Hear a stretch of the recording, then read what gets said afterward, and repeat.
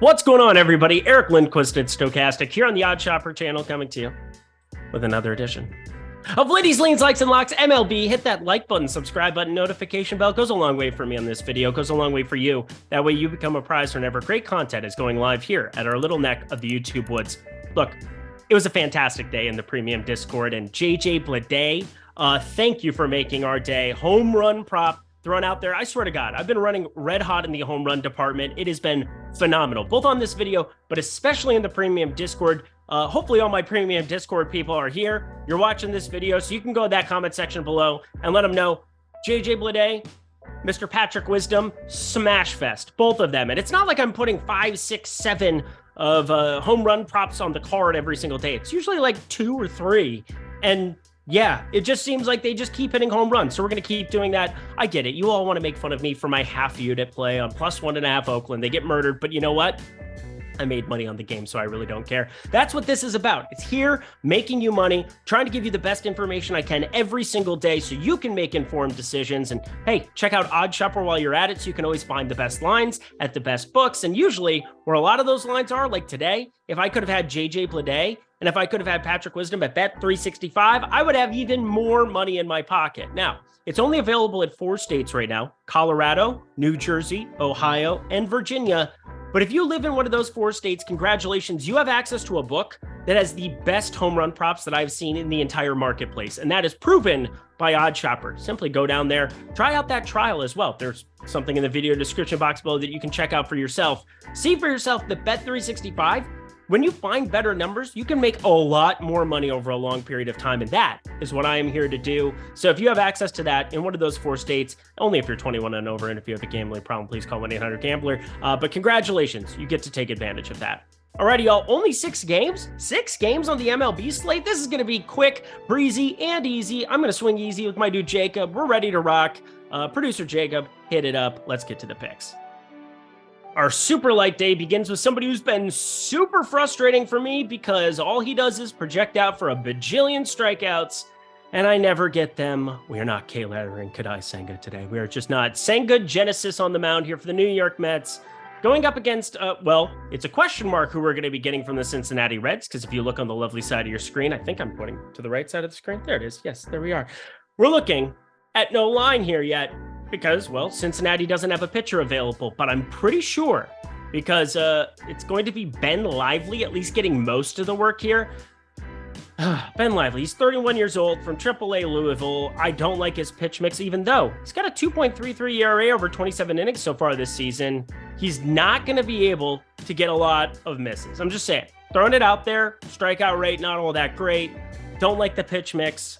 We'll see if he can do anything here at this level. That'll be fun to watch. But from last season, with like no sample size, well, I guess this season he does have 5 batted balls in play here at the big league level. It had a 1.054 expected slugging, which is not good. Throwing it out there, it's really bad. Actually, that was his last big league stint, 2019. Look at that. Learning new things every single day. I'm glad I checked my work one more time, because again, you uploaded it to your sheet and I just had to double check. Has not been in the league since 2019. It's been a hot second. 4-seamer, curveball, sinker. I assume that's the same pitch mix that we're working with here.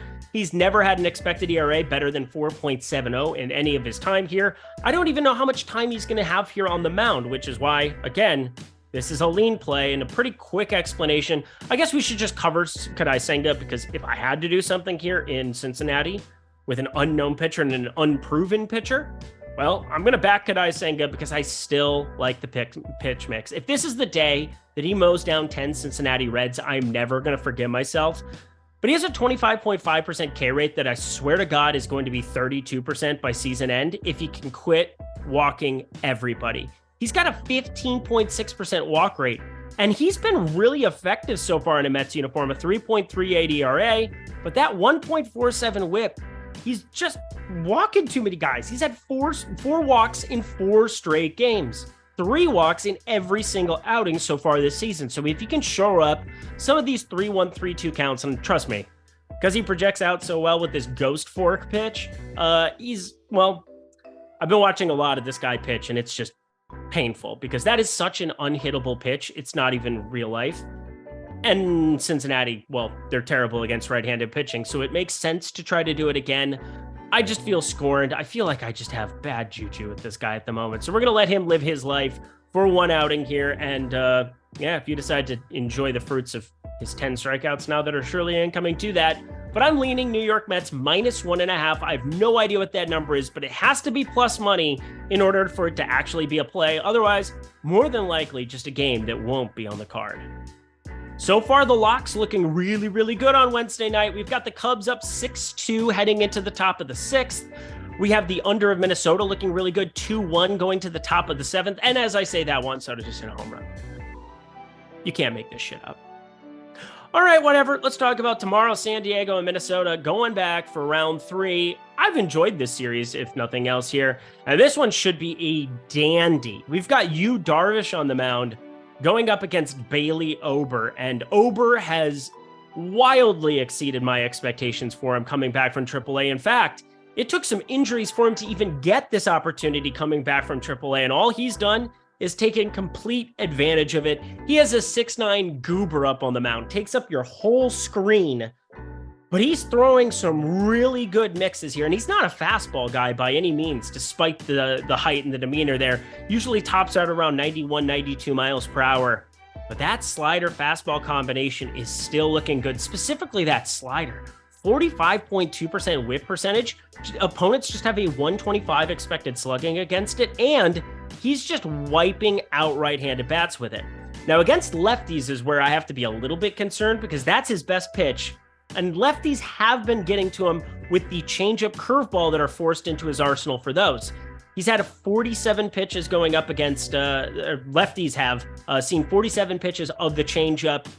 They're hitting 336 against it. Curveball, 261 expected batting average against it. So at least be paying attention to that stuff because over a long period of time, eventually it catches up with you. Eventually he starts to get tagged, but still, a 3.00 expected ERA, even though that ERA is not sustainable at 0.98, this has been an amazing start for the 27-year-old this season. And Yu Darvish, we're on near infinity of Yu Darvish, I'm pretty sure. But all this comes down to is you're getting plus money to back Bailey Ober and the Minnesota Twins here. Now, there's a number of things that are weird. We just sent Jose Miranda back down to AAA. We're calling up my guy, Alex Kirilloff, who has all the power and all the land. And this is a tough spot, no doubt about it, with Yu Darvish. But all things being equal, Thursday game, afternoon game here in Minnesota, I don't mind the plus money we're grabbing against Darvish. He's been awesome with a 199 expected batting average, 278 xWOBA. But I expect lefties to continue to be a little bit of a bugaboo, and we have just enough of them on the Minnesota side, and there's just enough lefties on the San Diego side that this one should be competitive. But you flip coins enough times, give me plus 102. You're going to make money over a long period of time. Let me flip coins forever at plus 102. Minnesota Twins money line, our first play, just a half unit, but getting our day started. He hasn't been on the card yet. I haven't been able to do my bit yet, but if you don't know what I'm talking about, well, I'm also assuming that people remember last year's Lindy's Leans, Likes, and Locks and the debauchery that was that as well, even though, again, it's a profitable baseball season. That's what I'm here to help you do. And, well, the White Sox, Kansas City, they want to put up 1 million runs a day, it would seem. Let's check in on the score. They're 7-1 now, of course. Just absolutely 1 million runs again. Probably looking at something similar here. Mike Clevenger on the mound. He used to be good with Cleveland once upon a time. He is not that good here at the moment with a 343 xWOBA, limiting some of the hard hit, but there's one guy we're going to still be utilizing here in this one. And Brady Singer on the other side, 59.3% hard hit percentage for Kansas City, 400 xWOBA. He is just awful at the pitching of baseballs, but it's not like the books don't know that. And it seems as though you're getting Gavin Sheets, probably one lefty. He's still not that great of a hard hit contender. What am I trying to say? Yeah, candidate. There we are. 39% hard hit percentage, just a 378 expected slugging. I was expecting a little bit more when I updated my stuff for the White Sox today. Luis Robert sitting there with a 480 expected slugging, despite a 36.5% hard hitter percentage. That's pretty wild to be looking at. Seems as though he's starting to find form, but I'm looking at the Kansas City side, and it does seem as though Vinny Pasquantino, he's had home run odds in the same ballpark as MJ Melendez, and I don't think I agree with it. Now, I think Vinny Pasquantino is an amazing hitter. He has just an 11.4% K rate, a 316 expected batting average, and a 398 xWOBA that leads this team and, well, would lead a lot of teams at that kind of a level. But he does not lead in terms of hard hit. And that is a drastic difference when you're talking about projecting out home runs for lefties in Kauffman Stadium. A 57% hard hit percentage for Sweet Melendez. Yes, MJ Melendez. Welcome to the home run party that we've been having every single day in the premium Discord on this channel. It's been a lot of fun. And Josh Lowe, just get back in the freaking lineup. What is going on? What is Tampa Bay doing here? Trying to kill me. I mean, we got the bomb for plus 850, and we just since then can't get him in a lineup. Okay, normal stuff. Tampa Bay gonna Tampa. They're really good at what they do. I'm not gonna judge them. So there you go. MJ Melendez, my home run call for the day. He's gonna get it done for us. Looks like it's decent enough hitting conditions, and it's always good hitting conditions facing some of these righties that are not all that tuned up yet here for the White Sox. Just a reminder to everybody in the great states of New Jersey, Ohio, Virginia, and Colorado, check out Bet365. Go to that comment section below. Click on that link and sign up because it takes you all of about 2 minutes. And when you deposit $10 and bet $1 on anything, you get yourself $200 in bonus bets. It's the best deal that I see at any sportsbook, period. So why wouldn't you take advantage of it? As I said before, they've routinely had the best home run odds in the entire industry. Take advantage of that. Utilize it. Again, they've had the best total bases props, pretty much anything hitter-wise. I've been routinely seeing Bet365 at the top of OddsShopper. Makes me envious of you. So please, for me, because I can't do it. Bet over at Bet365, one of those 4 states, Colorado, New Jersey, Ohio, Virginia. Sign up there. Take advantage of it, only if you're 21 and over. And if you have a gambling problem, please call 1-800-GAMBLER. Alrighty, y'all, halfway point. Let's continue onward with the rest of the picks. I get it. Oakland facing the Yankees in Yankee Stadium, and now Aaron Judge back, and got everybody hitting a home run. You get a home run, and you get a home run. We're just taping Oprah over here.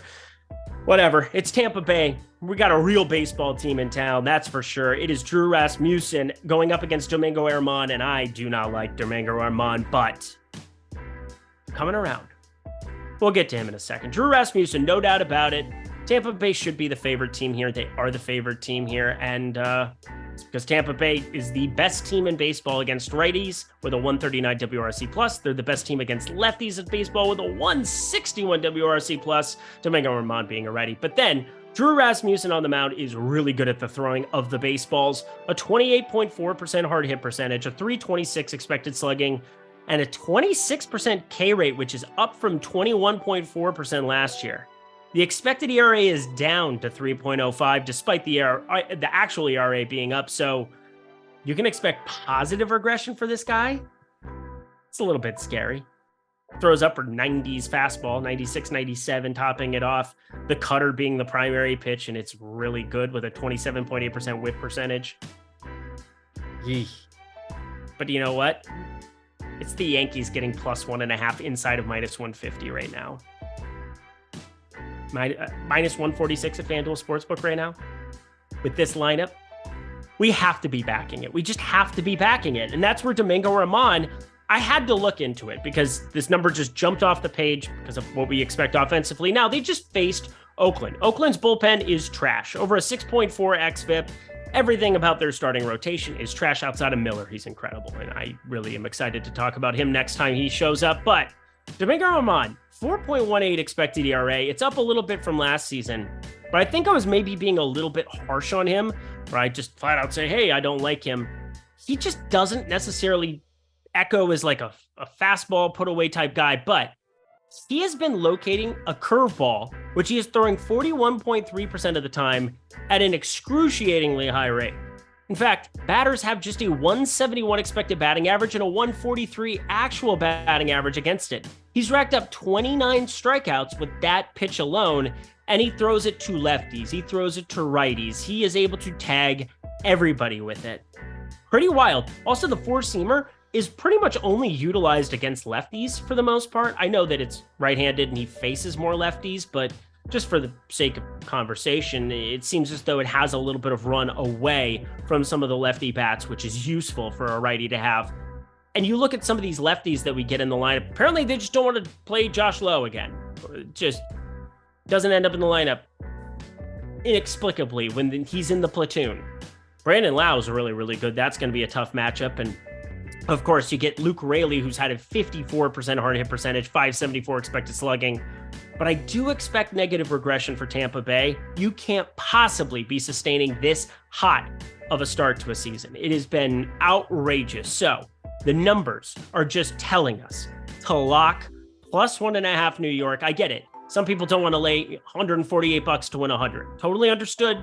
Make it a parlay piece. Make it a priority, though. I want to be getting the 1.5. I think there's a little extra cushion. Plus 110 against Rasmussen. I don't think that's something that I want to go out of my way to target at FanDuel, but minus 148 to get the extra run.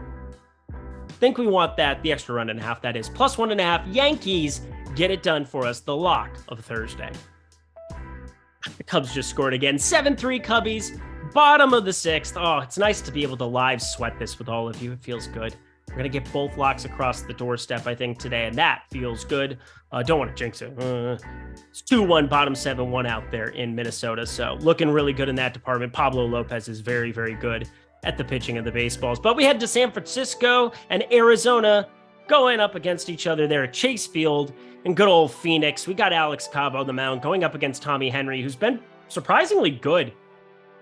32.1% hard hit percentage, 220 expected batting average. He's never profiled as somebody who was going to give just any kind of K rate at the big leagues. Last year, just 17.6%. But I'm really impressed that he's got an expected ERA of 3.61 with just a 10.4% K rate.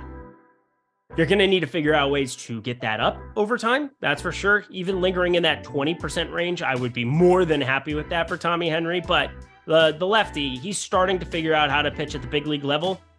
And plus, despite a ground ball rate of just 39.6%, seems as though these fly balls are not really affecting him. So I feel really good about his ability to just limit some of the damage from time to time. But I don't feel good about it here. I really don't. Look at some of these righties that are starting to get back into the fray. JD Davis, Austin Slater is back. We have lefties that are pretty decent still against righties. Lamont Wade, Michael Conforto will surely be in this lineup. Jock's probably out on this side of the platoon. Mitch Haniger is starting to catch a little bit of momentum. And Wilmer Flores, he's had a really bad start to the season, but I expect positive regression for both him and Tyro Estrada. Two guys that can definitely get it done from the right side of the plate. So I think San Francisco, despite us targeting them nonstop, I target them more with guys who strike out to some of these right-handed bats, and that's not going to be Tommy Henry. The ball's going to get put in play, and these are some professional hitters there on the San Francisco side that just starting to get back into the mix. Specifically looking at you, Mitch Haniger. I want to play that home run play, I think. I'm thinking about it. Got to get a big number. But looking at the San Francisco side, Alex Cobb, 48% hard hit percentage, 257 expected batting average, just a 22.6% K rate, not walking anybody. That's good to see, but the sinker not really sinking like it used to. K rate's starting to dwindle down the last couple of years. He's been good for a while. 3.15 expected ERA last season. That is fantastic stuff. 3.77 this season, still pretty decent. But this Arizona team has some lefties, my friend. A 112 WRC plus against right-handed pitching so far this season with a 182 ISO. I know a lot of that is just Corbin Carroll coming up to the party, pulling up his bus and saying, "Hi, unload that truck of money on my doorstep." But who cares? I like the over. You should like the over. Simple as that. Over 9, that's not good enough here for this spot. This should be a lot higher than that. 9, yeah, it's minus 115 at DraftKings Sportsbook, but I think this should be closer to 10, and therefore you give me that full run. Pretty easy to be firing this up. Let's do that then. And the last play of the night, yeah, we've got two way late games there, 9:40 p.m. Eastern time, 6:40 p.m. Pacific time. So at least there's some late night basketball or baseball to go with our basketball tomorrow. Nathan Eovaldi going up against, I believe it'll be Hogan Harris. It hasn't been officially announced, but he has 162 ERA. I've seen infinity before. That's where somebody gets the yips and they can't get out of a first inning. Well, It's kind of what happened to Hogan Harris. 1/3 of an inning. 1/3 of an inning. 6 earned. 5 walks. 39 pitches. It wasn't pretty against the Mets, but sounds as though he's going to get recalled for this one from AAA Vegas. We will find out. We will find out, but he is not very good if that ends up being who it is. I will say he's the right-handedness to be facing Texas. Lefties had a lot less, had a lot more success than righties so far against Texas so far this season. A 113 WRC plus right-handed pitching too. And then on the left side of this one, we are looking at Texas. Well, they have a 126 WRC plus. It's not good to be Hogan Harris entering this baseball game, that's for sure. If it ends up being him, as always, hit me up on Twitter at Eric Lindquist or in the comment section below. And let me know if my thoughts change here, because they're probably going to. We don't even have the lines. So Texas -1.5. That's going to be who I'm going to be backing. Nathan Eovaldi. Looks like we're getting the velocity starting to trickle back in here. Not that that is the say-all and end-all of pitching, but I love seeing the 276 xWOBA, 355 expected slugging, and, well, he's pitching in Oakland. It's a cavern. Great ballpark for pitching. So there you go. Nathan Eovaldi would get it done. -1.5. Again, I'd love to see plus money behind this one. Yeah, that does it for today. And that does it for another edition of MLB Lindy's Leans, Likes, and Locks. Go to that comment section below. Let me know your favorite plays on the board for Thursday. Check out Bet365. Check out Odd Shopper. Check out all the sports books, all the offers we have down there. Trying to help you out, get you guys all these offers at sportsbooks, get exposure to as many as possible. That's why it's called Odd Shopper. We want you finding the best lines every single day. Try to identify them on this program for you, talk you through the process of how I land on the numbers that I do. But MJ Melendez, just go yard for us tomorrow. That'll be fun. Keep this home run train a-rolling. Until Friday, my friends, my last day of the week before I turn it over to Eitan, I'm Eric Lindquist. Best of luck in the MLB streets on Thursday.